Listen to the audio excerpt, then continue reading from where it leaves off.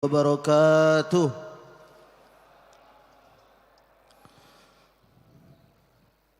Hamdan li rabbin khassana bi Muhammadin. Alhamdulillahilladzi hadana li hadza wa ma kunna linahtadiya laula an hadana Allah. Asyhadu an la ilaha illallah wa asyhadu anna Muhammadan abduhu wa rasuluh. Allahumma salli ala sayyidina Muhammad wa ala alihi wa sahbihi ajma'in. Subhanaka la ilma lana illa ma 'allamtana innaka antal alimul hakim. La haula wa la quwwata illa billah. Rabbi israh li sadri wa yassir li amri wahlul 'uqdatam min lisani yafqahu qawli. Allahumma rzuqna fahman nabiyyin wa hifdzal mursalin wa ilhal malaikatil muqarrabin bi rahmatika ya arhamar rahimin. Jamaah kajian Ahad subuh yang insyaallah diberkahi oleh Allah Subhanahu wa taala. Puji syukur kehadirat Allah Subhanahu wa taala yang telah memberikan kita nikmat iman, nikmat Islam, nikmat sehat, nikmat panjang umur sehingga kita masih bisa berkumpul, bertolabul ilmi, bersilaturahmi di Masjid An-Nabawi. Semoga hari ini apa yang kita niatkan, apa yang kita cari, ilmu yang kita cari, ilmunya dapat bermanfaat di dunia dan di akhirat. Amin ya rabbal alamin. Salawat beserta salam marilah kita sampaikan kepada junjungan alam baginda Nabi besar Muhammad sallallahu alaihi wasallam beserta keluarganya dan para sahabatnya, dan insyaallah kita termasuk umatnya yang mendapatkan syafaatnya di yaumil qiyamah nanti. Amin ya rabbal alamin. Jamaah kajian Ahad subuh yang insyaallah diberkahi oleh Allah Subhanahu wa taala, dihimbau bagi para jamaah yang masih ada di pelataran masjid bisa masuk ke dalam masjid. Insyaallah kajian sebentar lagi akan segera dimulai. Kajian Ahad subuh hari ini alhamdulillah pemateri atau narasumber sudah ada tengah-tengah kita, yaitu Buya Arazi Hasim MPhils.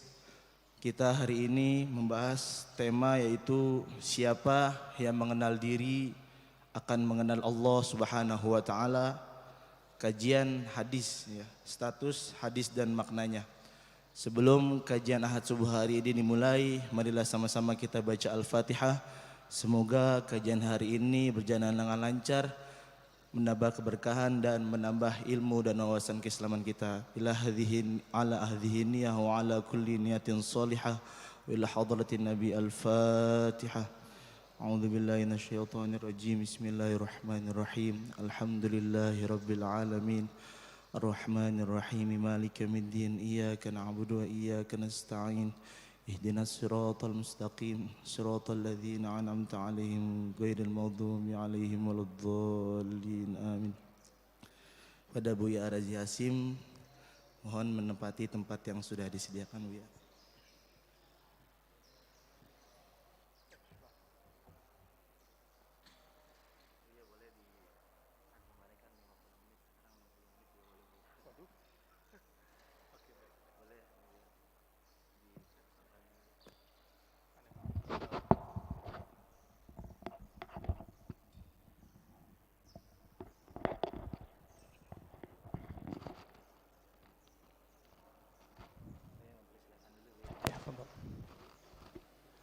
Alhamdulillah. Baik.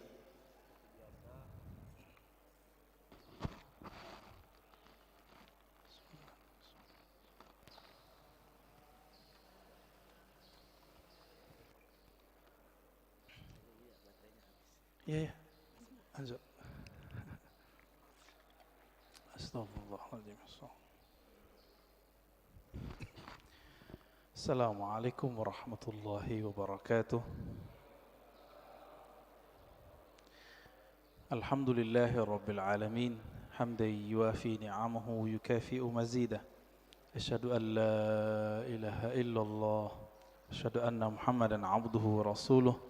Allahumma salli wa sallim wa barik ala nabiyyina Muhammad wa ala alihi wa ashabihi wa li baitihi wa dhurriyyatihi ajma'in wa ba'du.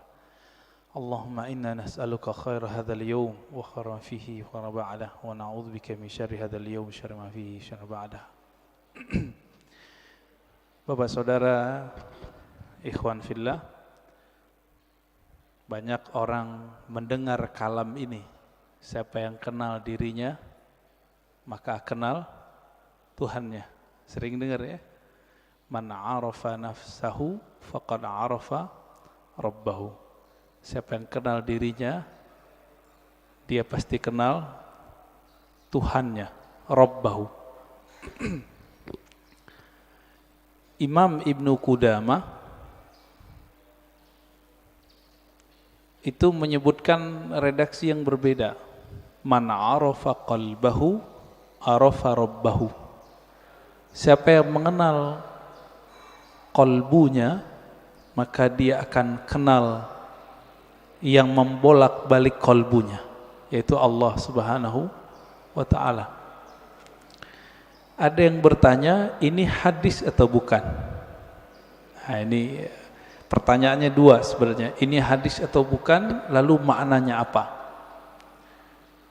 Setelah kita teliti, ilmu hadis itu, Bapak saudara makan Allah, jika kita buat pemetaan, ilmu keislaman, bahkan semua ilmu di dunia, itu dapat dirumuskan jadi 4 cara mengetahuinya. Disebut epistemologi. Bahasa Arabnya madarikul ulum. Bagaimana cara mengetahui suatu hal? Yang pertama lewat indera, bukti-bukti fisik. Yang kedua akal, kita pikirkan kita tahu. Yang ketiga kita tes. Yang keempat pakai spiritual, pakai rohani. Ilmu hadis itu yang pertama.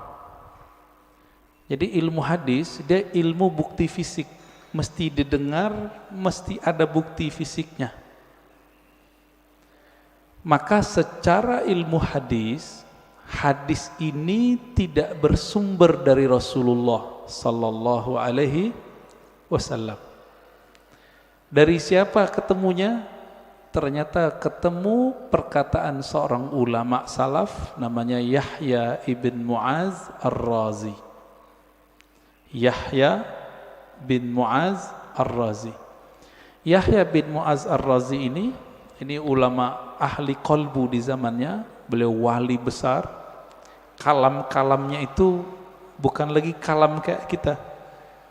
Dia jika berkalam, kalamnya itu hampir mirip dengan kalamnya Nabi sallallahu alaihi wasallam. Sehingga dikira ketika dia berkalam begitu, itu kalamnya Rasulullah sallallahu alaihi wasallam. Itu secara apa?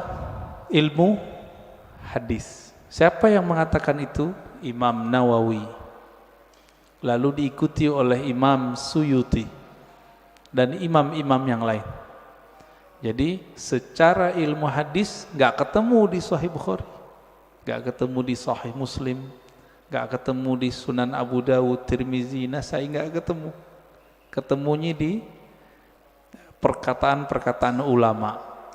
Nah, jadi tolong Bapak saudara makan Allah yang hobi ngaji tasawuf, harus tahu bab ini secara ilmu hadis. Ilmu hadis pendekatannya bukti fisik, disebut dengan empirik. Ya. Tapi ada seorang imam namanya Ibnu Arabi yang beliau menggabungkan ilmu zahir dan batin. Beliau ini ahli hadis, tapi lebih dikenal sebagai ahli qalbu. Guru hadisnya ratusan. Buktinya beliau meriwayatkan hadis-hadis langsung dengan sanadnya kepada Rasulullah sallallahu alaihi wasallam. Jadi dia sebutkan dari gurunya sampai kepada Nabi Muhammad sallallahu alaihi wasallam. Ibnu Arabi ini dia bermimpi bertemu Rasulullah Di dalam hadis yang sahih dikatakan man ra'ani fil manam faqad ra'ani. Siapa yang bertemu aku dalam mimpi, dia betul-betul bertemu aku. Fa inna syaitana la yatamatsalu bi. Karena syaitan tidak dapat menyerupai aku. Ibnu Arabi mengatakan ciri-ciri wali Allah itu kalau dia mimpi, dia sadar dia lagi mimpi. Ibnu Arabi mimpi ketemu Rasulullah dan dia sadar ini pasti mimpi karena Rasulullah sudah wafat. Lalu apa yang beliau lakukan? Beliau bingung dengan hadis yang tadi. Secara ilmu hadis tidak ketemu sumbernya.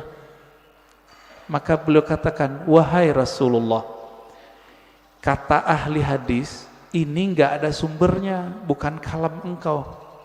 Apakah benar demikian? Dijawablah oleh Rasulullah dalam mimpinya, bukan, itu kalamku wahai Ibnu Arabi. Ketika dia bangun, maka dia malu mengatakan ini bukan hadis Nabi sallallahu alaihi wasallam. Kenapa? Minimal mimpi ini benar untuk dirinya, meskipun belum tentu benar untuk orang lain. Inilah asbabnya kenapa kalam ini kemudian menjadi ambigu. Apakah ini kalam Nabi atau kalam Yahya ibn Mu'az Ar-Razi? Ya, ini secara gabungan nih. Mimpi masuk kemana? Satu tadi empirik, bukti fisik. Mimpi yang nomor 4, zauq, intuisi, qalbu, ruh. Itu mungkin gak ini dibuktikan? Dibuktikan oleh orang yang sudah sampai ke sana. Kalau oleh ahli hadis yang tidak sampai, kemampuan rohaninya sampai ke taraf ini gak bisa. Jadi mohon maaf Bapak, kita nggak bisa bangga juga dengan ilmu hadis. Ilmu hadis itu sendiri mirip kayak ilmu saintifik yang lain, eksak yang lain sama. Ilmu sejarah, arkeologi. Kalau sekarang apa namanya, untuk ngecek orang meninggal itu,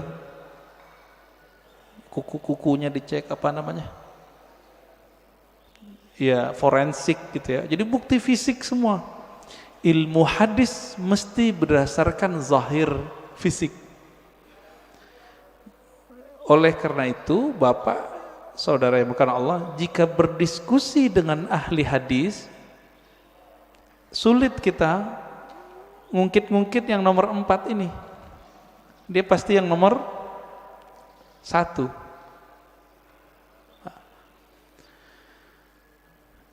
Coba lihat kalamnya. Siapa yang kenal diri, kenal Allah. Isinya benar gak? Bagus gak kalamnya? Bagus. Berarti secara ilmu hadis, tidak semua kata-kata yang bagus, kata-kata yang benar itu kalam Nabi. Secara ilmu hadis. Banyak Pak. Bahkan tidak semua yang benar itu kalamnya Nabi. Contohnya, Monas di Jakarta, bener gak? Saya bilang, Nabi bersabda, Monas di Jakarta. Jadi palsu gak? Jadi hadis palsu deh Pak. Maka tidak semua kata-kata yang benar, kata-kata yang baik itu pantas dikatakan bersumber dari Rasulullah sallallahu alaihi wasallam. Nah, ilmu hadis begitu Pak, agak kaku. Ilmu hadis ini dia harus dibuktikan. Saya ketemu guru saya ketemu gurunya. Ini sebagai contoh hadis yang paling sering kita dengar, innamal a'malu bin niat. Hadis ini Imam Bukhari mengambilnya dari ahli Mekah, namanya Humaidi. Gimana ketemunya? Oh, ternyata Imam Bukhari melakukan rihlah sekaligus haji. Bertemulah dengan Imam Al-Humaidi, murid dari Imam Syafi'i. Terbukti, secara ilmu hadis dikatakan muttasil, hadisnya nyambung. Makanya innamal a'malu binniyat hadisnya sahih, ditaruh di nomor 1 dalam Sahih Bukhari. Imam Bukhari sering mimpi ketemu Rasulullah, iya, tapi mimpinya dia tidak taruh di bab hadis. Ada seorang imam namanya Al-Baihaqi, punya kitab judulnya Syu'abul Iman dan Zuhud. Di kitab beliau menukil kalam Nabi tapi yang didapat orang dalam mimpi. Dan itu populer Pak di masjid-masjid kita, khotib-khotib kita dulu. Tahun 2006 seorang profesor nelfon saya dulu di UIN. Saya waktu itu masih kuliah. Dia telepon, "Ar-Razi, ente ngaji hadis bukan?" "Iya. Saya mau khutbah besok. Tapi bingung ini hadis itu bukan." Wah, kita kaget Pak, profesor masih mau nanya sama mahasiswa. Akhirnya saya katakan, "Hadis apa, Prof?" "Hadis siapa yang hari ini sama dengan kemarin maka dia merugi." Tahu hadis itu ya? Yang hari ini lebih buruk dari kemarin maka dia terlaknat.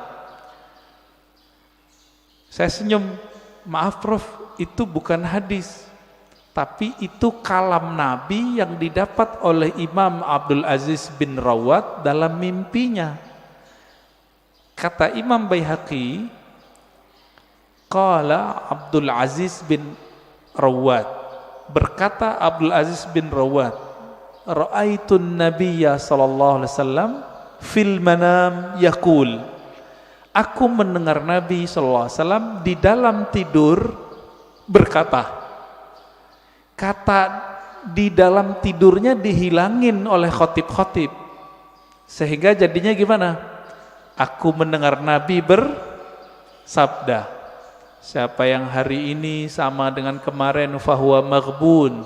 Siapa yang hari ini beda dengan kemarin, lebih buruk dari kemarin, fahuwa mal'un, terlaknat. Nah itu. Ini disebut hadis mimpi. Tapi ingat, hadis mimpi bukan hadis secara ilmu hadis. Tapi kalau versi yang keempat itu hadis Pak. Maka versi keempat hadis Nabi gak berhenti. Sampai sekarang berlanjut. Menurut versi yang keempat. Dari mana buktinya? Buktinya Nabi sendiri mengatakan, siapa yang bertemu aku dalam mimpi, dia betul-betul bertemu aku. Loh, tahu dari mana ketemu Nabi? Kalau ingin dibuktikan, buktikan secara fisik. Baca cerita Nabi, fisik Nabi, Syama'il Nabawiyah, perhatikan mimpinya, sama atau tidak. Ini mazhab ahli hadis. Ahli hadis mensyaratkan jika mimpi ketemu Nabi, mesti karakter yang kita lihat sama seperti yang di hadis. Contohnya, Nabi suka pakai baju hijau, pakai serban, terus pakai tutup, ya, ada yang mirip Sayyid Muhammad Alawi Al-Maliki.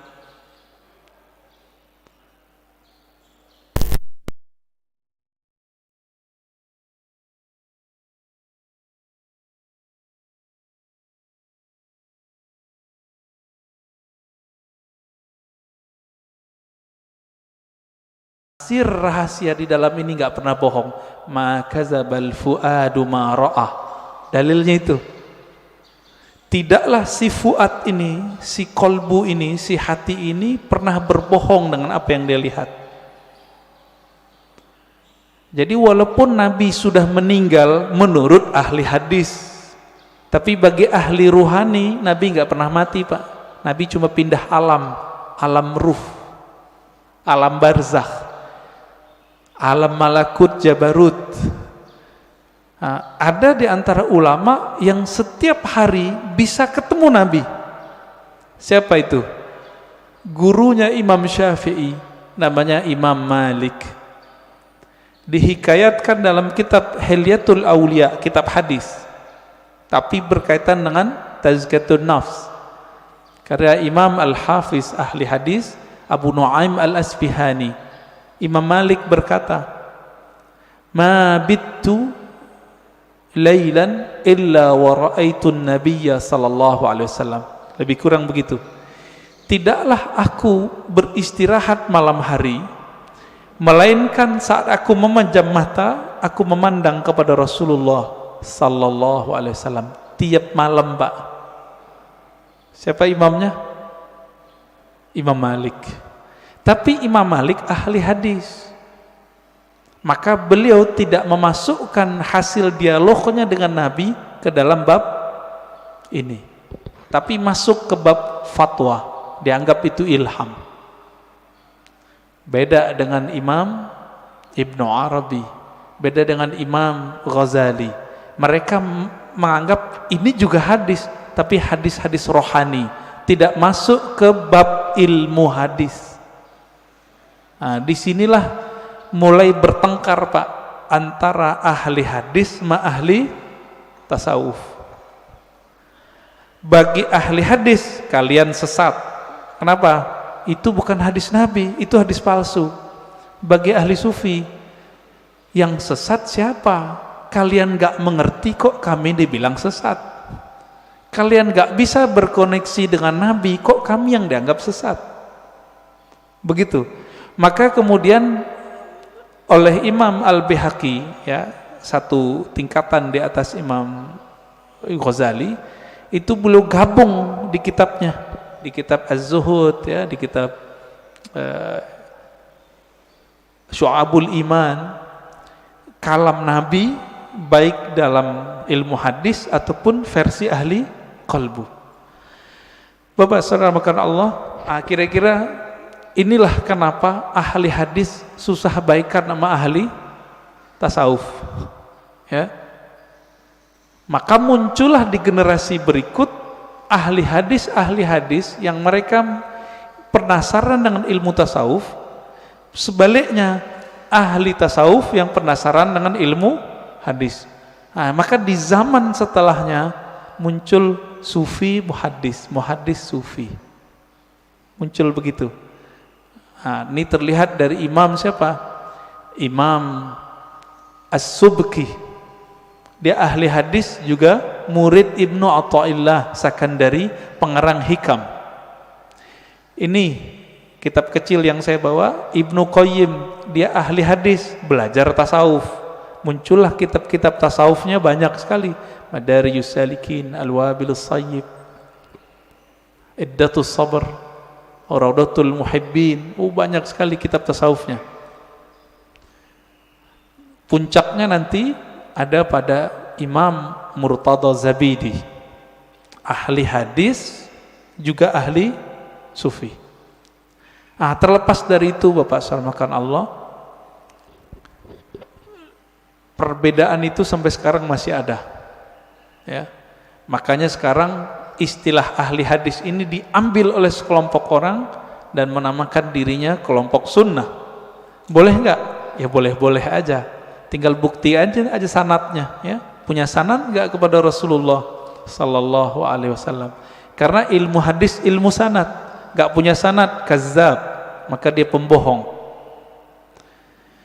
Lalu benarkah kalam man arafa nafsahu faqad arafa rabbahu? Kita sudah katakan tadi, itu benar. Terlepas dari ini kalam Nabi atau bukan, kalam ini sudah menjadi kaidah dalam ilmu tazkiyatun nafs, ilmu tasawuf, ilmu kerohanian. Lalu apa maknanya? Siapa yang kenal dirinya, maka dia kenal Tuhannya. Antum nih teman-teman, namanya misalnya Abdullah, dikasih bapaknya Abdullah. Mengenal diri itu mengenal tubuh si Abdullah atau kenal yang mana? Sekedar mengenal jasad? Tentu tidak. Lalu kenal apa ini? Kenal yang mana ini? Bukan yang jasad ini. Kan banyak juga, Pak, anak-anak udah 7 hari nggak punya nama. Bapaknya datang ke kita, "Tat, kasih nama dong anak saya." Berarti nama jasad ini itu bisa dibuat, bisa dirubah, Pak. Sebelum kita masuk ke tubuh ini, kita punya nama. Benar nggak punya nama? Kita lahir di dunia, yang ngasih nama siapa? Orang tua, guru. Sebelum kita masuk ke dunia ini, kita di alam ruh. Allah mengatakan, alastu birabbikum, bukankah aku Rabbmu? Allah memanggil kum, kamu. Berarti kita ada nama, Pak. Cuma nama ini disimpan di dalam dada Rasulullah sallallahu alaihi wasallam. Kita nggak tahu. Ditanyalah oleh orang Bani Israel, orang ahli kitab, ya Muhammad, apa itu ruh? Turunlah ayat yas'alunaka 'anir ruh. Mereka bertanya kepadamu mengenai ruh. Katakanlah ruh itu urusan Allah. Kamu tidak diberi ilmunya kecuali sedikit. Sedikit di situ, wa ma utitum minal ilmi illa qalila. Sedikit menurut siapa? Menurut saya, menurut Nabi, menurut Bani Israel, atau menurut Allah? Menurut Allah. Maka sedikit menurut Allah itu banyak menurut kita. Ya. Orang kaya di Indonesia bilang, saya ngeluarin uang dikit. Dikitnya itu udah 100 triliun, Mbak. Ya. Apalagi raja di raja alam semesta ini, Rabbul Alamin, Allah Subhanahu wa ta'ala. Ilmu ini disimpan dalam dada Rasulullah. Ada sahabat yang dikasih tahu, ada yang tidak. Maka Nabi itu bisa ngerti, Pak, dengan izin Allah. Ada orang nih jihad, kayaknya paling kuat, kayaknya paling banyak bunuh musuh. Tapi Nabi mengatakan finnar, finnar, masuk neraka, masuk neraka. Kenapa? Nabi tahu namanya sudah ada di neraka, nggak dihapus dari neraka. Ternyata benar, orang ini beramal cuma dengan fisiknya, ruhnya tidak beramal. Ruhnya gak beramal, Pak. Jadi ketika disebut siapa yang kenal dirinya, maka kenal Tuhannya. Diri yang fisik, yang mengenal diri fisiknya, dia baru mengenal perbuatan Allah. Disebut ma'rifatul af'al, mengenal perbuatan Allah. Ajaib enggak kelahiran manusia? Penciptaan manusia ajaib enggak? Ajaib, Pak. Kok bisa-bisanya ada makhluk hidup di perut seorang perempuan? Itu ajaib itu. Saya mau tanya nih yang udah nikah, yang punya anak. Itu antum yang menciptakan anak? Atau cuma sebab doang? Ya, bikin doang ya. Tapi kita enggak yang gedein, yang mengembangkan biar kasih tulang, enggak. Ya, coba tanya sama yang udah pernah hamil, ibu-ibu yang udah hamil tanya, ajaib itu. Maka mengenal diri yang fisik mengantarkan kepada ma'rifatullah level 1. Apa itu? Ma'rifatul af'al, ma'rifatu af'alillah, mengetahui perbuatannya Allah Subhanahu wa ta'ala. Itulah yang dibahas dalam surah Al-Mu'minun itu. Ya, ayat 11 ya. Begitu juga di surat Ar-Rum ya, sebelum ayat tentang pernikahan itu kan tentang penciptaan kita semua. Dari enggak ada jadi ada, dari tanah kok bisa jadi hidup, kok tiba-tiba bisa melawan kepada Allah. Itu dia. Namanya ma'rifatu fi'lillah. Jadi kalau ada ahli biologi, ahli ilmu-ilmu eksak tidak mengenal Allah lewat ini, lewat dia, berarti dia tersesat, nggak mengenal Allah. Itu satu. Diri yang fisik. Nah, kita punya diri yang disebut dengan nafs tadi. Jadi nafs itu sendiri artinya ada nafs fisik, ada nafs jiwa.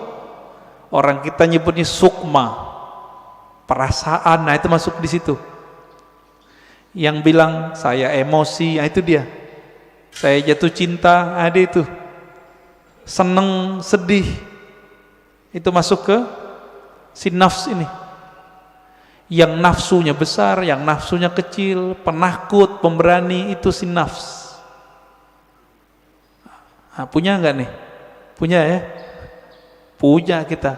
Inilah yang dikatakan di Quran, wa man nahan nafsa anil hawa fa innal jannata hiyal ma'wa. Yang mampu menahan, mengendalikan nafs jiwanya, maka dia dapat surga. Nah, ini ma'rifat apa nih? Ini masih sama. Ma'rifatu fi'lillah. Perbuatan Allah. Cuma perbuatannya yang tidak tampak secara fisik. Jadi perbuatan Allah ini kan ada yang tampak secara fisik, ada yang tidak tampak. Ini masih sama. Ilmu untuk memahami ini disebutlah ilmu tazkiyatun nafs. Jadi tazkiyatun nafs itu baru cabang dikit dari tasawuf. Karena orang alergi dengan ilmu tasawuf, nggak mau mereka nyebut istilah tasawuf. Takut ditinggal jamaah. Kalau ustadz udah takut sama jamaahnya, terus jamaah takut sama siapa dong? Ya. Kalau si ustadz udah bergantung kolbunya kepada jamaah, lalu jamaah menggantung kolbunya sama siapa? Jadi kalau ada di antara antum yang ustadz, dai, jangan dai ngikutin murid, jangan guru ngikutin selera murid, murid yang ngikutin guru. Gitu seharusnya. Kalau enggak, itulah yang Nabi lakukan. Nabi enggak diikuti oleh ahlu Mekah, maka beliau berhijrah. Berhijrah beliau. Menjaga idealisme seorang guru. Nah, ini perlu, Pak. Itu diperlukan ma'rifat yang ketiga. Mengenal diri yang qalbiyah, diri kolbu. Yang mengenal diri kolbu, nah, kolbu kita. Nah, di kolbu ini kalau nafsnya rusak, dia ngefek ke kolbu. Nafsnya nih punya karakter bengis, kolbunya hitam. Nafsnya suka bangkang, kolbunya hitam, meradang dia, Pak. Kalau kita meradang mulut, sariawan bisa menikmati makanan enggak? Enggak bisa. Makanannya kolbu adalah zikrullah, baca Quran, sholawat. Kalau sudah meradang itu kolbu, dibawa sholat enggak enak. Dibaca Quran pun kita mikir, enaknya apa ya baca Quran? Kalau kolbunya lagi rusak, rasain aja Pak sendiri. Zikir, katanya zikir menenangkan jiwa, kok enggak tenang-tenang? Malah tambah bingung, malah tambah syak. Zikir itu bening, bener gak? Zikir bening, Pak. Kolbu itu wadahnya zikir, sehingga nanti dia bisa menyantap. Wadahnya lagi kotor, bersihin dulu, diobati dulu, baru dia bisa menikmati. Masalahnya sudah bertahun-tahun nih kolbunya berkarat, bener gak? Nah, bersihinnya pakai apa, Pak? Itu yang disebut taubat nasuha. Taubat nasuha itu beda dengan, misalnya nih gelas habis dipakai, airnya air putih, cukup dikasih keran bersih, air keran, nggak usah digosok. Tapi kalau ini pakai minyak, ada minyak lengket di situ, harus digosok nggak? Ini yang disebut taubat nasuha. Jadi taubat nasuha itu menggosok kolbu kita supaya bersih dengan pengakuan dosa kepada Allah. Nah, di dalam ajaran Islam nggak ada pengakuan dosa ke ustadz, nggak ada, ke pendeta nggak ada, Pak, ke guru nggak ada, ngaku kepada Allah. Semua kita kan punya dosa nih, bener Pak? Ada yang nggak punya dosa? Saya cium tangannya, Pak. Makanya kita dianjurkan cium tangan anak kecil. Makanya Bapak nggak boleh marahin anak kecil atau ngusir anak kecil dari masjid.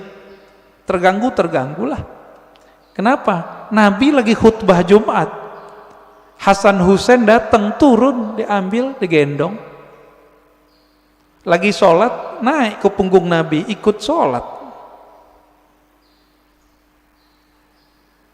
Keberisikan iya, tapi sekali kita usir dia, nanti anak tuh mikir, masjid itu tempat orang-orang galak ya, gitu. Benci nanti dia ke masjid, Pak. Nah, yang benar diatur. Orang tuanya juga harus perhatian. Nah, Bapak Saudara makan Allah, jika kita sudah sampai mengenal diri si kolbu itu cuma mau satu, asma Allah. Asma Allah ada di Quran, ya, ada di sholawat, ada di zikir. Intinya zikirlah. Semakin banyak kita mengenal nama Allah, semakin banyak makrifat di dalam kolbu. Maka di sini wajib ada kajian Asmaul Husna, Pak. Udah ada belum? Harus ada, Pak, di sini. Ntar mati bawa apa? Mati bawa apa ntar? Bawa asma Allah. Jangan bawa nama-nama bapak kita, nggak kepake. Bapak gue kiai, nggak kepake, Pak. Saya Ustadz Haji, yang kan nggak dipakai. Habib pun nggak laku, Pak, dikubur. Bapak ini keturunan Rasulullah, nggak laku dikubur kalau nggak bawa ma'rifat. Malah diragukan, masa keturunan Rasulullah begini, kata malaikat ya. Kalau nanti Rasulullah bawa syafaat mungkin, tapi kan malaikat Mungkar Nakir ini seperti orang yang jaga depan kantor, Pak. Dia nggak mau tahu, yang lewat dia periksa, bener gak? Bapak saudara makan Allah, ma'rifat qalbu itu hanya dengan mengenal nama dan sifat Allah. Jadi coba deh di sini dibuat nanti kajian Asmaul Husna yang mateng, bukan yang separuh-separuh, enggak. Jangan, yang mateng kajiannya. Gurunya ahli zikir, bersanad zikirnya kepada Rasulullah. Insya Allah Pak enak ngajinya, kan banyak nih. Carilah ya, semoga ketemu nanti. Asma sifat. Nah, ma'rifatus sifat itu masih bagian dari kolbu, paling dalam. Dia udah masuk ke dalam sirnya kolbu. Kan kolbu ini dia ada bagian-bagiannya, Pak. Kolbu itu disebut ada fuad.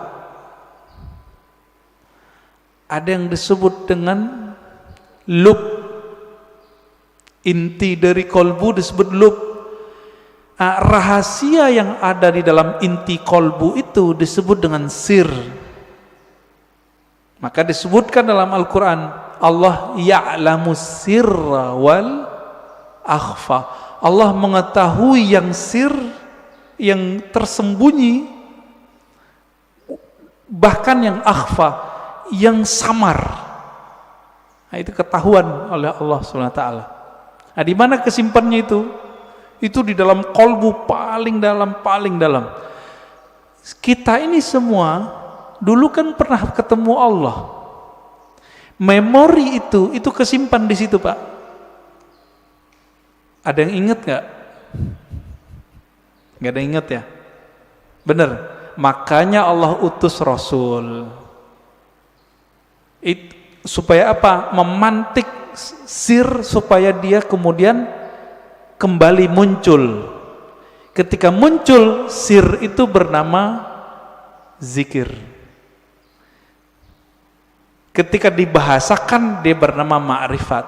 Ma'rifat itu ungkapan pengenalan si hamba kepada Allah Subhanahu wa ta'ala. Bapak nih pernah ketemu dengan seseorang dulu, kesimpan gak di memorinya? Kesimpan. Ketemu seseorang yang berkesan. Apanya yang berkesan? Parfumnya. Nanti kita ketemu parfum yang sama, itu teringat, Pak, wajahnya. Itulah sebabnya jika ada orang benar teknik berzikirnya, bersambung sanad zikirnya kepada Rasulullah SAW, lisannya menyebut, akalnya memaknai, kolbunya merenungi, ruhnya merasakan, nangis dia saat itu. Seperti orang pulang kampung. Pertama orang pulang kampung habis merantau, rasanya gimana? Terharu, Pak. Nah, kalau Bapak Ibu ini kan pada hari raya di luar kota, lagi merantau, malam takbiran nangis, dengerin takbiran. Kenapa tuh nangis? Ingat kampung, kirain ingat Allah. Takbiran ingat Allah, nangis. Wah, itu arif billah namanya, kenal Allah dia. Takbiran nangis, ingat siapa? Kampung. Kita lupa, kita punya kampung lain, namanya kampung arwah. Lupa apa ya? Kampung arwah. Ngapain si arwah di kampung itu? Dia menatap Allah Subhanahu wa ta'ala. Dia menatap Allah, Pak. Supaya dia bisa menatap Allah lebih dekat, apa yang dia lakukan? Dia mendekat kepada nur sumbernya. Itu yang disebut Nur Muhammad. Jadi dulu itulah yang dikatakan oleh Nabi, kuntu nabiyan, aku sudah jadi nabi, Adam belum dicipta, udah jadi nabi di alam ruh. Makanya roh-roh itu mendekat semua kepada Rasulullah supaya bisa tetap dekat memandang Allah Subhanahu wa ta'ala. Itu Pak maknanya. Itu kalau kita punya ruh yang bercahaya, pasti rindu ingin mengenal ilmu ini, pengen mengenal ilmu ini. Itu yang bikin orang nangis, nangisnya permanen, Pak. Tangisan itu yang bisa memadamkan api neraka. Kalau tangis yang malam takbiran tadi enggak. Itu mah tangis pulang kampung. Mau pulang gak ada duit. Atau kayak tahun-tahun ini kan mau pulang kena Covid. Dompetnya Pak kena Covid. Enggak bisa pulang, nangis. Itu nangis apa? Teringat kampung fisik. Jadi jika orang bisa nangis karena ingat kampung fisik, kampung badan ini, teringat orang tua zahir, apalagi jika dia teringat dengan orang tua rohaninya. Sering dengar nggak istilah Nur Muhammad? Ya, masih ingat? Disebut apa? Nur Muhammad itu Abul Arwah, bapaknya sekalian roh. Maka ketika ruh itu rindu ke siapa? Dia rindu sama ayahnya. Itulah kenapa kalau solawat jadi wajib dalam solat. Allahumma salli ala Sayyidina Muhammad. Ini orang malah debat, nggak boleh pakai Sayyidina, boleh pakai Sayyidina. Itu mah debat biasa itu.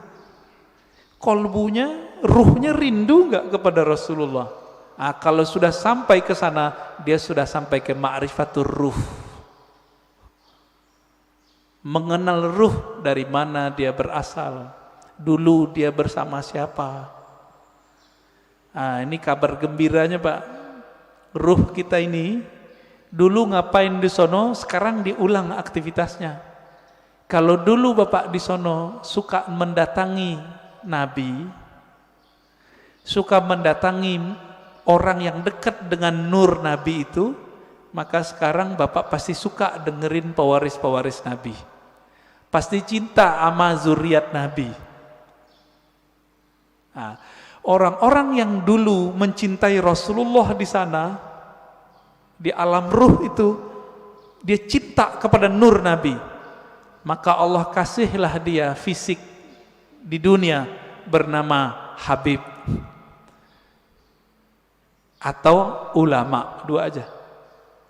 Habib atau ulama. Jadi kenapa Habib terlahir sebagai Habib, Kiai sebagai Kiai, Gus sebagai Gus, Ajengan sebagai Ajengan?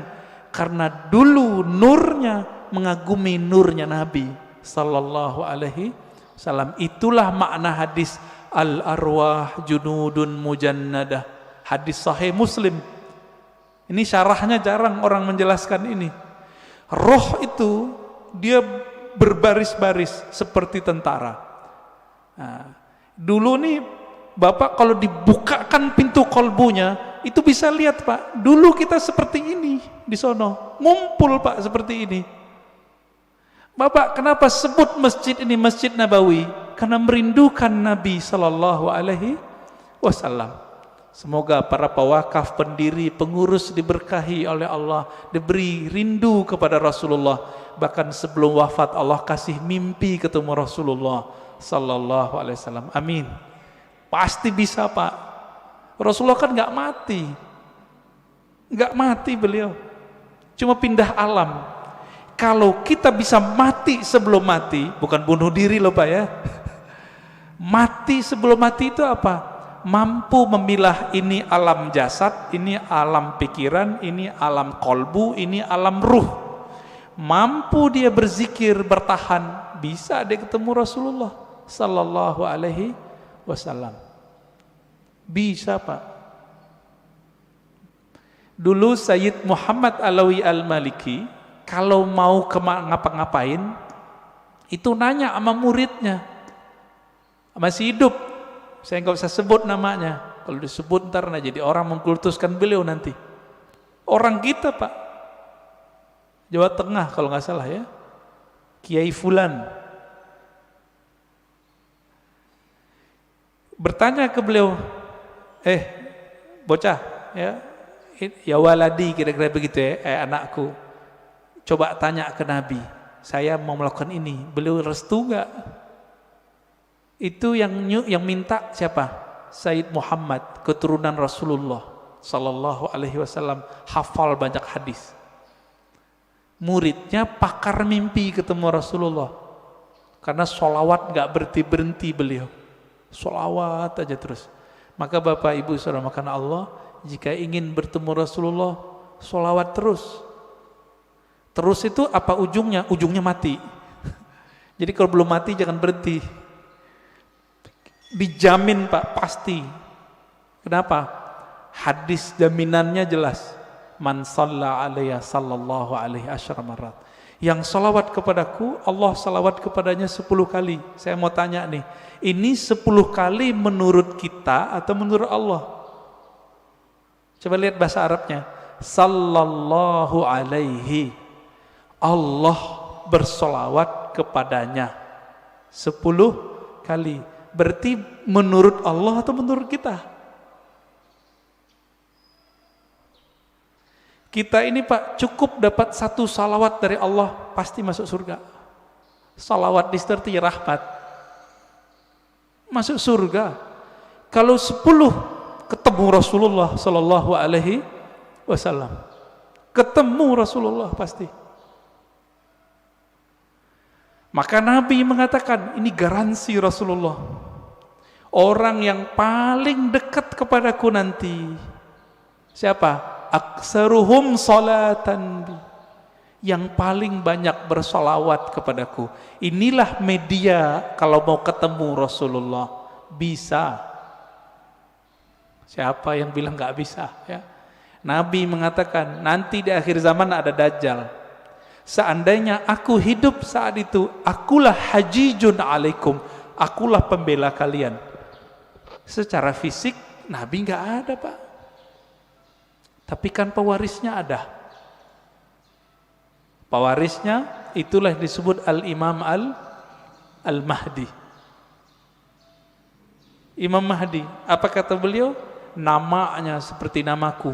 Nama dalam bahasa Arab ismun. Ismun artinya tingkatan dan kemuliaan, bahkan ilmu. Itu artinya. Bukan Muhammad bin Abdullah. Muhammad bin Abdullah mah banyak habaib namanya dari dulu Muhammad bin Abdullah, tapi bukan Imam Mahdi. Ya.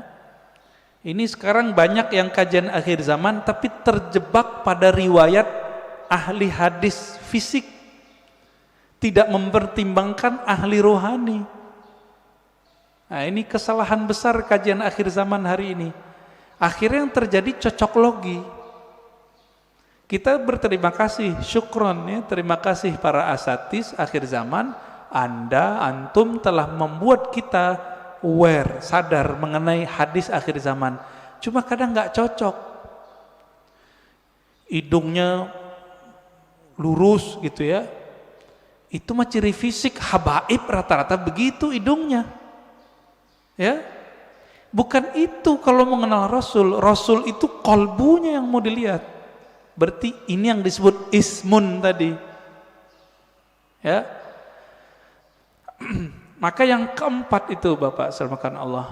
Siapa yang mengenal ruhnya, maka dia mengenal Allah secara hakiki. Dia mengenal Rasulullah secara hakiki. Nah, semoga kita sampai ini yang ini nih, keempat. Mengenal ruh, walaupun sedikit menurut Allah itu kan banyak bagi kita. Setetes saja Allah beri, itu udah lautan bagi kita. Ya. Nah, caranya banyak-banyak aja Pak, sholawat. Bapak ini kan mohon maaf ya, pemalas ngajari guru, maunya didatangin guru mulu, ya enggak? Carilah guru yang bisa mengajarkan zikir ma'rifatullah. Nanti diajarin Pak cara berselancar kepada Allah. Tapi kalau masih males, udah sholawat aja dulu. Nah, nanti sholawat ini nurnya akan membimbing kita. Insya Allah ya. Jadi lebih kurang makna ringkas dari man arafa nafsahu faqad arafa rabbahu, 4 level ini. Ya, tinggal dilihat kita bagian yang mana. Ya. Semoga kajian ini bermanfaat. Silakan kalau ada tanya jawab ya.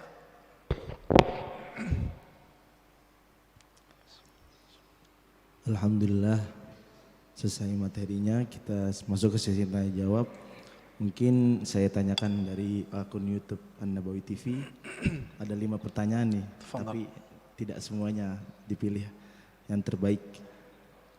Yang pertama, mohon penjelasan Buya tentang perkataan bahwa telinga yang berdenging adalah nama kita disebutkan di alam malakut, maka bersolawatlah.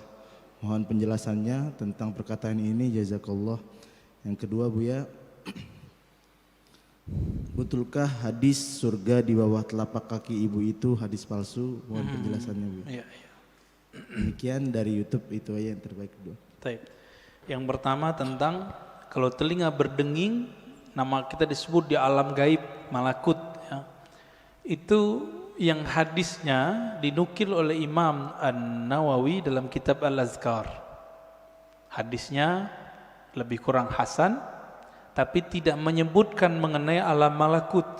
Nabi cuma mengatakan, siapa yang telinganya berdengung, lebih kurang begitu, maka bacalah basmalah. Lalu ada doanya, zakaraniallahu bi khairin, semoga Allah menyebutku dengan yang baik. Itu maksudnya, bahkan bukan malakut saja, semoga Allah menyebutku dengan yang baik. Berarti lebih dari jabarut, lebih dari semuanya. Kalau Allah berbicara di mana? Karena Allah nggak petu tempat. Nah, ini yang disebut qadim. Ya, qadim. Tapi bisa saja kalam Allah disampaikan ke alam-alam yang lain. Wallahu taala alam. Itu maksudnya. Hadisnya hasan. Ya. Yang kedua, oh ya, surga di bawah telapak kaki ibu. Kalau kalimatnya begitu, iya, bukan hadis Nabi. Tapi yang ada di hadis Nabi, ridhonya Allah di bawah ridhonya orang tua, itu hadisnya. Ya, kemudian yang semakna dengan itu ada di hadis Imam Al-Hakim. Ada. Tapi kalimatnya bukan di bawah kaki gitu, enggak seperti itu di hadis yang ininya. Ya. Dua lagi Bu ya boleh. Fadhal. Kalau aneh nggak tahu, aneh bilang nggak jawab ya, nggak ngerti gitu. Yang kedua, yang ketiga dan yang keempat, bagaimana cara kita mengalahkan nafsu ketika masa-masa futur? Yang kedua, Buya, untuk bab akidah, hakikat Allah dan arafa rabbahu, ulama sepakat harus memakai dalil hadis sahih untuk hujjah. Lalu bagaimana dengan hadis dari mimpi tadi bisa dihujjah akidah? Oke, bagus. Yang pertama tadi tentang cara mengalahkan nafsu. Di Quran itu kalimatnya cuma naha. Naha itu bukan mengalahkan. Naha, apa arti naha? Melarang. Jadi naha itu kita mampu melarang jiwa. Ini yang disebut mengontrol. Gimana caranya? An-nafs itu tidak bisa dizikirkan, dia cuma bisa dikontrol. Jika berkaitan dengan hawa nafsu, itu urusannya dengan makan. Maka jaga makannya, jangan yang haram dan jangan banyak. Jangan banyak ya. Jika berkaitan dengan syahwat yang besar, maka kurangi makan-makan yang membuat libido kita tinggi. Yang paling ringkas ya puasa. Puasa itu paling bagus. Jadi tidak ada lagi setahu saya yang paling kuat untuk mengolah nafsu jiwa kecuali puasa. Nggak ada lagi Pak. Coba cek Bapak ini kalau puasa jalan ngelihat yang bening-bening nggak berani. Wah lagi puasa, gitu Pak. Coba aja tuh. Kalau nggak puasa, haji mumpung. Ya, tafadhal. Yang kedua tadi, udah ya? Bab hakikat Allah. Oke. Hakikat Allah tidak diketahui kecuali oleh Rasulullah Sallallahu Alaihi Wasallam. Termasuk nanti Imam Mahdi itu mengerti hakikatnya Allah, ya, karena beliau pewarisnya Nabi. Plek apa yang Nabi tahu ada di dalam kolbunya. Tapi bagaimana dengan mimpi? Bagaimana dengan kaidah tadi? Untuk hujjah akidah mesti hadisnya sahih, bahkan mesti mutawatir oleh sebagian ulama. Itu bab ilmu akidah. Ilmu akidah babnya bab akal. Ilmu akidah bab akal. Oke, kalau mimpi tadi bab mana? Yang nomor 4. Ya, orang ahli akal nggak percaya sama mimpi. Orang yang jago mimpi ketawa sama ahli akal, ilmumu segitu aja. Ya, jadi kita nggak perlu membantah. Ini dua jalur yang berbeda, gitu. Nabi SAW mimpi nggak? Mimpi Pak. Wahyu pertama yang turun ke Nabi itu mimpi. Hadis Sahih Bukhari, kitab Bad'il Wahyi. Awal ma budi'a bihil wahyu ar-ru'ya salihah. Kira-kira begitu kalimatnya. Wahyu pertama yang turun itu bukan Quran. Yang pertama turun cahaya turun kepada qalbu Nabi sehingga beliau melihat mimpi yang indah. Akibatnya beliau suka menyepi. Faitahannas fi ghari Hira. Lalu beliau menyepilah di Goa Hira. Itu. Jadi kalau kita menolak bab mimpi sama dengan menolak bab wahyu. Ingat, mimpi siapa nih? Mimpi waliullah, mimpi nabiullah. Kalau mimpi bapak, ibu mungkin ya, kita tolak aja ya. Tapi Nabi mengatakan di akhir zaman hampir-hampir saja mimpi semua orang beriman itu benar. Pada beriman gak sih? Beriman gak? Beriman gak? Benar ke siapa? Ke Allah, ke Rasulullah. Rasulullah mengatakan salah satu warisan kenabian itu adalah ar-ru'ya as-salihah. Ar-ru'ya as-salihah juz'un minan nubuwah. Hadis Imam Tirmizi, hadis sahih. Ya. Jadi ahli qalbu itu jaga benar. Ternyata Imam Bukhari, Imam Tirmizi, imam-imam itu menghargai mimpi, maka mereka buatlah satu bab, satu kitab dalam sahih mereka, kitab Ta'birur Ru'ya. Imam Bukhari punya kitab itu. Dalam Sahih Bukhari bab mengenai takbir mimpi. Kenapa Pak? Ternyata sahabat Nabi setiap ba'da subuh setoran mimpi yang bening-bening itu kepada Rasulullah. Mimpi malaikat, mimpi melihat ada cahaya dari langit. Itu mereka cerita kepada Rasulullah. Kiai sekarang kan nggak bisa begitu Pak. Wah bunga tidur, nggak ngerti, bilang aja nggak ngerti, jangan dibilang bunga tidur. Ilmu mimpi itu ilmu yang mustakil, dia ilmu permanen dan berdiri sendiri. Dia nanti berkaitannya dengan ilmu rohani, ilmu tasawuf. Jadi tidak berbenturan dengan ilmu akidah. Gitu ya. Lagi Buya boleh. Tadi Buya membahas tentang mimpi. Bagaimana menurut Buya kalau saya pernah bermimpi Rasulullah SAW, amin, dan melihat beliau seperti jatuh cinta, tapi tidak terlalu detail melihat mukanya. Iya, kita sudah bacakan hadisnya tadi. Nabi bersabda, "Man ra'ani fil manam faqad ra'ani." Bahkan ada satu riwayat, "Faqad ra'al haq." Siapa yang bermimpi bertemu aku, maka ia telah melihat al-haq, kebenaran. Bahwa itu benar-benar Nabi sallallahu alaihi wasallam. Tapi kok kurang jelas? Kurang jelas itu karena ma'rifatun nabinya kurang jelas. Karena mengenal nabinya masih kurang detail, maka melihat nabinya masih samar.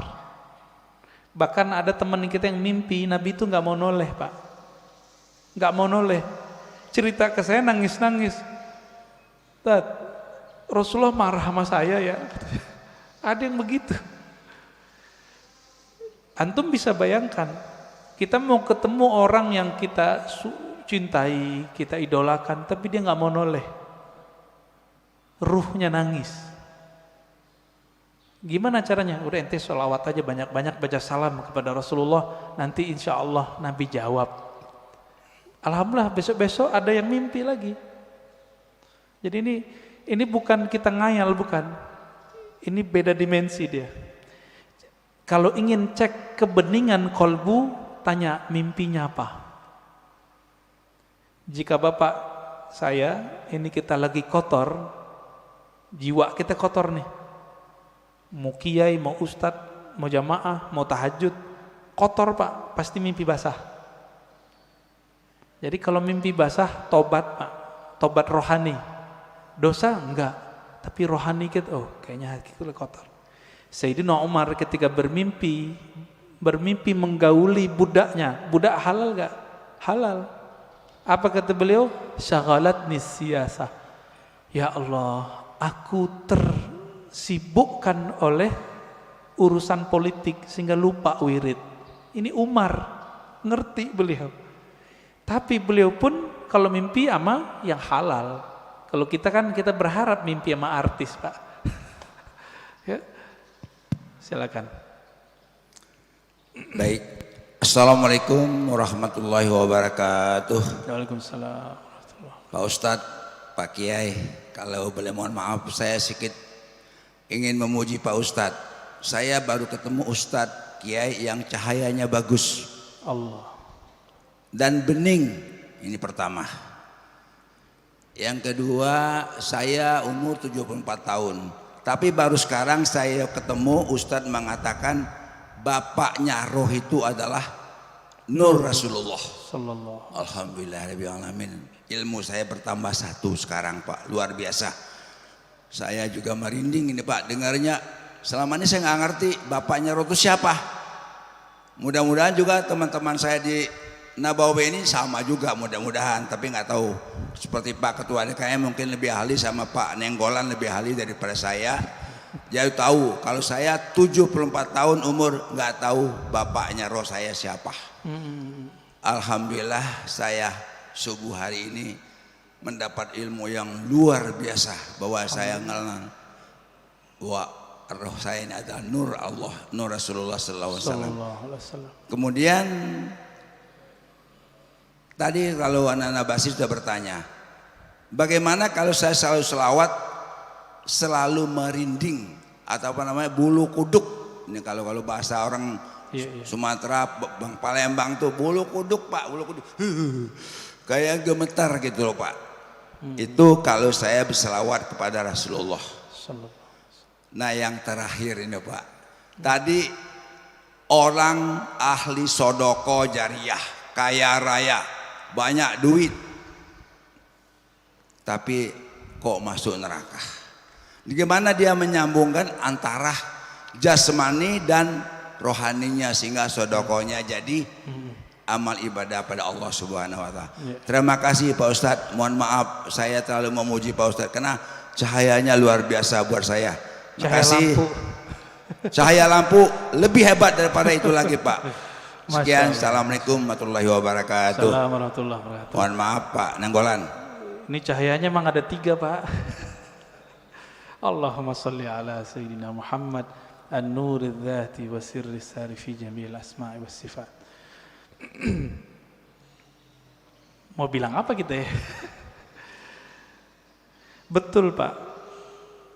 Jadi bapak rohani itu istilah bahwa ruh kita itu percikan dari nur beliau sallallahu alaihi wasallam. Lalu kenapa kita merinding? Ketika bapak merinding, itu ruhnya sedang merindu. Dijawab oleh sang Rasulullah sallallahu alaihi wasallam. Kita katakan assalamu alayka ya Rasulullah. Salam atas engkau wahai bapak rohaniku Rasulullah. Dijawab oleh beliau merinding bapak. Ruh kita Pak yang yataqashairu minhu juludul ladzina yakhshawna rabbahum. Kira-kira begitu. Di Quran surat Az-Zumar ayat 24 berapa itu ya? 22, 23 ya, 23 bergetar karena Al-Qur'an. Al-Qur'an itu hakikatnya ada pada siapa? Khuluquhul Qur'an kata Aisyah. Nabi Muhammad itu polanya, zahir batinnya adalah Al-Qur'an. Disebut nama Nabi taqsya'irru minhu juludul ladzina yakhshawna rabbahum. Disebut nama sang pembawa nur Quran, pasti bergetar Pak sang para pecinta, pasti merinding. Makanya ada syairnya itu, kullul qulub ilal habibi tamilu. Semua pencinta jika disebut nama sang kekasih pasti hatinya merindu. Apa buktinya? Disebut namanya kadang-kadang meleleh Pak mata kita. Rindu dengan kampung rohani, rindu dengan orang tua rohani. Saya nih, ibu saya baru wafat setahunan. Kalau disebut ibu saya Pak, saya nangis. Padahal itu ibu fisik. Apalagi kita sebut nama Rasulullah sallallahu alaihi wasallam. Nama Nabi Muhammad sallallahu alaihi wasallam. Rindunya lebih dahsyat, tapi kita harus tahan. Maka lepaskanlah rindu itu dengan menyebut nama Nabi. Allahumma salli ala Sayyidina Muhammad an-nuri dzati wa sirri sari fi jamil asma' wa sifat. Assalatu wassalamu alaika ya Sayyidi ya Rasulullah. Kira-kira begitu Pak. Allahumma salli ala.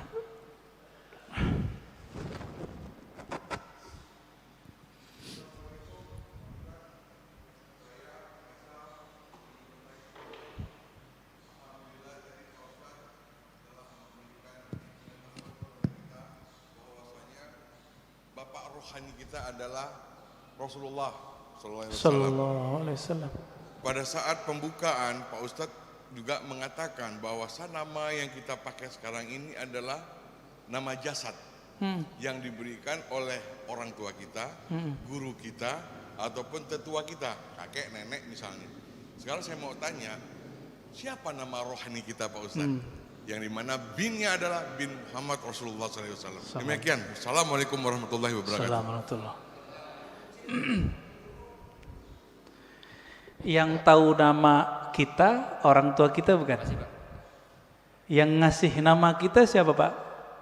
Orang tua kita.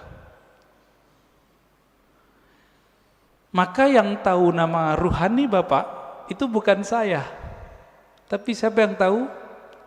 Bapak ruh. Tapi bapak ruh itu punya pewaris. Bukan ulama yang bisa baca kitab ini. Ulama yang mewarisi kolbunya Nabi, plok semuanya dia warisi. Itulah nanti namanya Al-Imam Al-Mahdi. Kalau umur bapak panjang bisa. Jika belum muncul Imam Al-Mahdi, maka wali yang disebut wali ghaus, jika di ilmu fikih disebut mujtahid mutlak. Mujtahid mutlak, dia tahu nih barang hukumnya apa, keluar namanya. Maka bagi ahli ruh, wali-wali yang disebut wali kutub, itu mereka nggak ngerti. Yang ngerti wali namanya ghaus. Jadi wali itu kan banyak Pak, ada stratanya. Ada 313 wali kutub, sejumlah dengan jumlah para rasul, sejumlah dengan jumlah ahli badar. Kutub poros, dia poros asma, poros sifat Allah. Wali-wali ini ada satu pemimpin yang jadi guru mereka, orang tua rohani mereka sekarang ini. Ini yang disebut Kutubul Ghaus. Dan itu cuma satu di dunia, dan pasti keturunan Rasulullah. Sayangnya mastur, tersembunyi, nggak boleh muncul Pak. Bapak pengen tahu nama ruhnya? Harus punya koneksi sama Al-Ghaus ini, gitu. Kalau mau nanti satu saat kumpulkan namanya semua, nanti saya kirim ke beliau. Ya, biar dikasih namanya oleh beliau. Kapan ketemunya? Wallahu a'lam. Insya Allah ketemu. Insya Allah ketemu.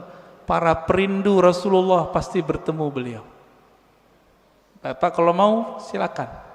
Nanti kumpulkan namanya, nanti beliau kasih nama. Dikasih nama Pak, dengan nama itu Bapak nanti dipanggil oleh malaikat mungkar nakir ntar.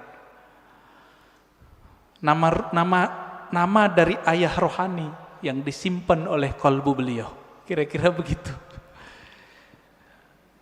Waduh, ini udah berbicara jauh kita nih Pak ya.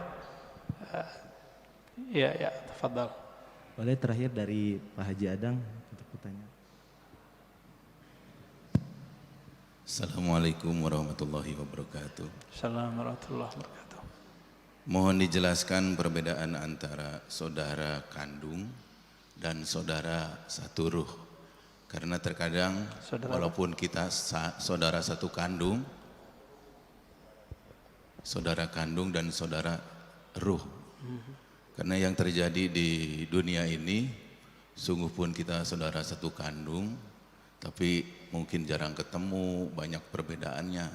Berbeda walaupun tidak satu kandung, kita sering ketemu dan banyak persamaannya. Yeah. Kemudian mohon dijelaskan juga perbedaan pendengaran ruhani dan pendengaran jasmani, penglihatan ruhani dan penglihatan jasmani. Terima kasih. Yeah. Beda saudara kandung secara jasad Pak ya, dengan saudara ruh. Dalilnya surat Al-Hujurat, innamal mu'minuna ikhwah. Sesungguhnya orang beriman itu bersaudara. Loh, babenya siapa? Ya, bapaknya siapa?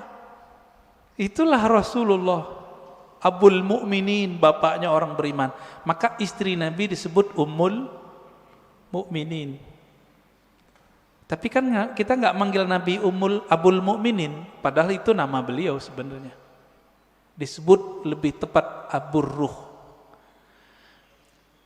Saudara ruh ini itu diketahui dari syahadat Pak, dan pengenalannya kepada Bapak Ruh. Dan yang meniupkan roh tidak dicipta Pak. Tapi jika yang dimaksud roh itu jiwa dicipta. Jadi tergantung nih, kan ulama kita kadang menyebut roh tapi artinya nafs. Menyebut roh artinya kolbu, seperti Imam Ghazali. Maka ini dicipta. Inilah mazhab Imam Qushairi, Imam Ghazali, bahwa ruh dicipta. Tapi Quran kan ngomong ruh bukan yang itu.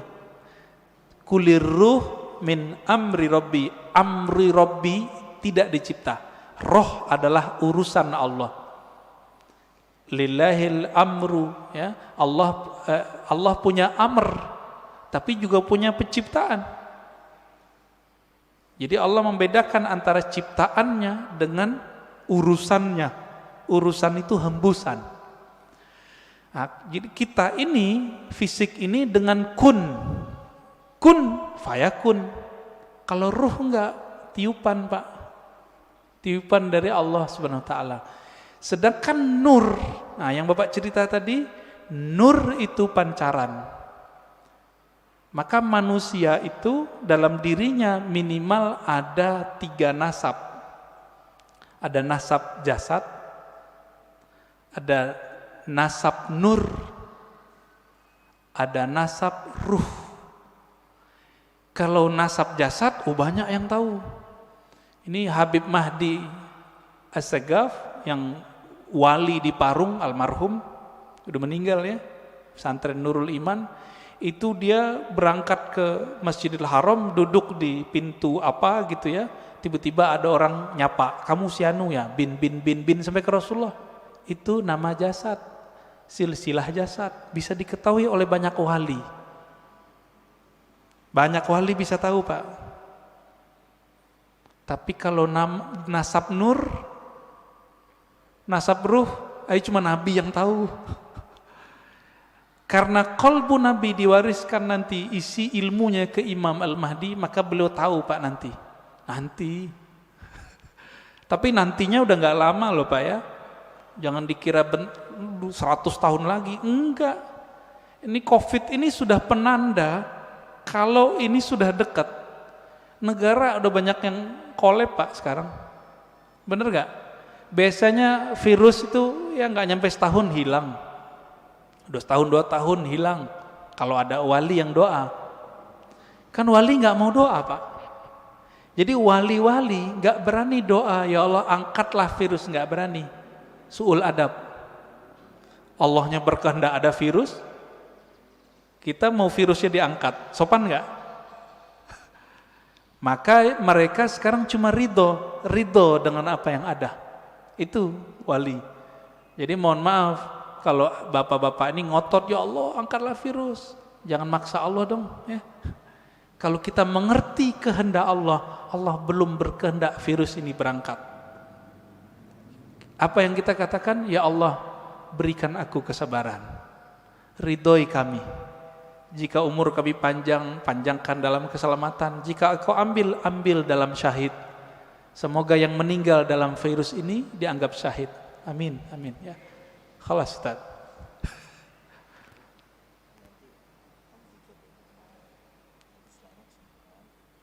Zikir ya.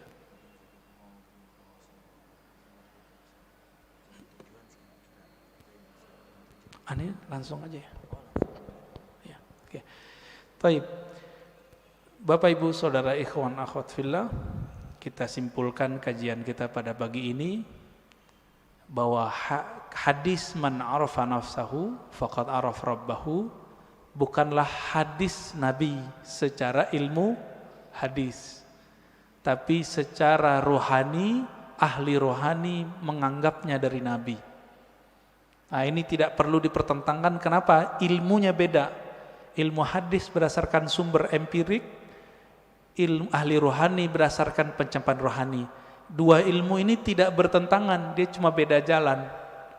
Ya, karena dia beda jalan tidak disebut kontradiksi, karena tidak apple to apple. Ya, yang kontradiksi itu ada 2 ahli hadis bilang kata ahli hadis ini sahih, satu ahli hadis mengatakan palsu, baru disebut kontradiksi. Jadi itu tidak perlu dipertentangkan. Dan yang kedua, maknanya sangat dalam, bahwa itulah inti dari ilmunya ahli ma'rifat. Siapa yang mengenal diri yang mana, hakikat yang mana, dan nah itulah yang banyak. Semoga kita mendapatkan ilmu itu sebelum nyawa ini berpisah dengan badan. Allahumma salli wa sallim wa barik ala nabiyina Muhammad. Assalamualaikum warahmatullahi wabarakatuh. Saya mohon izin pamit, nggak ikut zikir ya. Ya, assalamualaikum. Waalaikumsalam. Terima kasih Buya atas jawabannya, semoga kita dapat memahaminya. Kemudian dari para jamaah kita masuk ke zikir ahad subuh yang insyaallah dipimpin langsung oleh imam kita yaitu Ustaz Ismail Budiman. Tafadhol alaihi masykur Ustaz.